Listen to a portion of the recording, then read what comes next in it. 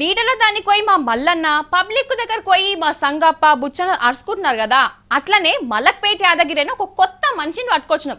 రోజు పబ్లిక్ దానికి పోయి ఒక ముచ్చట మీద అరుచుకరమ్మన్నాం. మరి ఇలా ఏడికి పోయిండు, ఏమేం మాట్లాడిండో చూద్దాం. నమస్తే, అంతా మంచిగా ఉన్నారా? మంచిగా ఉంటారు. నేను మలక్పేట యాదగిరి, గుర్తుపట్టిరు కదా.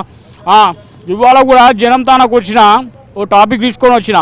మరి నేను అడిగేదానికి వాళ్ళు ఏమేమి చెప్తున్నారో చూద్దాం రీ. అన్న నమస్తే అన్న.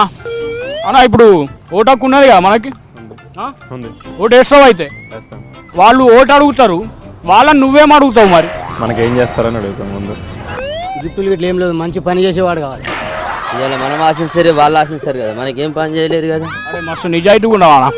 ఎవడో ఏదో ఇస్తే నేను ఓటేస్తాను అనేది కాదు. అంటే ఇప్పుడు కారు ఇస్తా అంట, మన వాడు ఇచ్చిన కారు ఎన్ని రోజులు ఉంటుంది చెప్పు? రేపు డీజిల్ రేటు పెరిగిపోతుంది, దానికి ఎవడికో అమ్ముకోవాలి.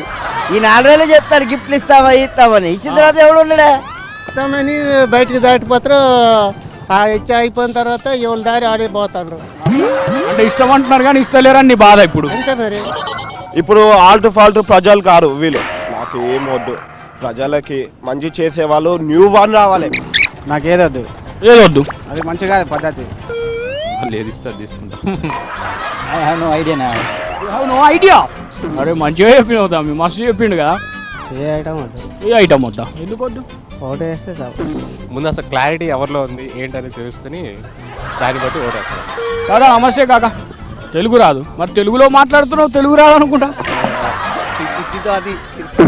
నేను తీసుకోకుండా వేస్తాను. పవన్ కళ్యాణ్ లైకర్ని నేను ఆయనకే ఇస్తున్నా. ఆయన మద్దతు ఎవరికి ఇస్తున్నా ఆయనకే ఇస్తున్నా.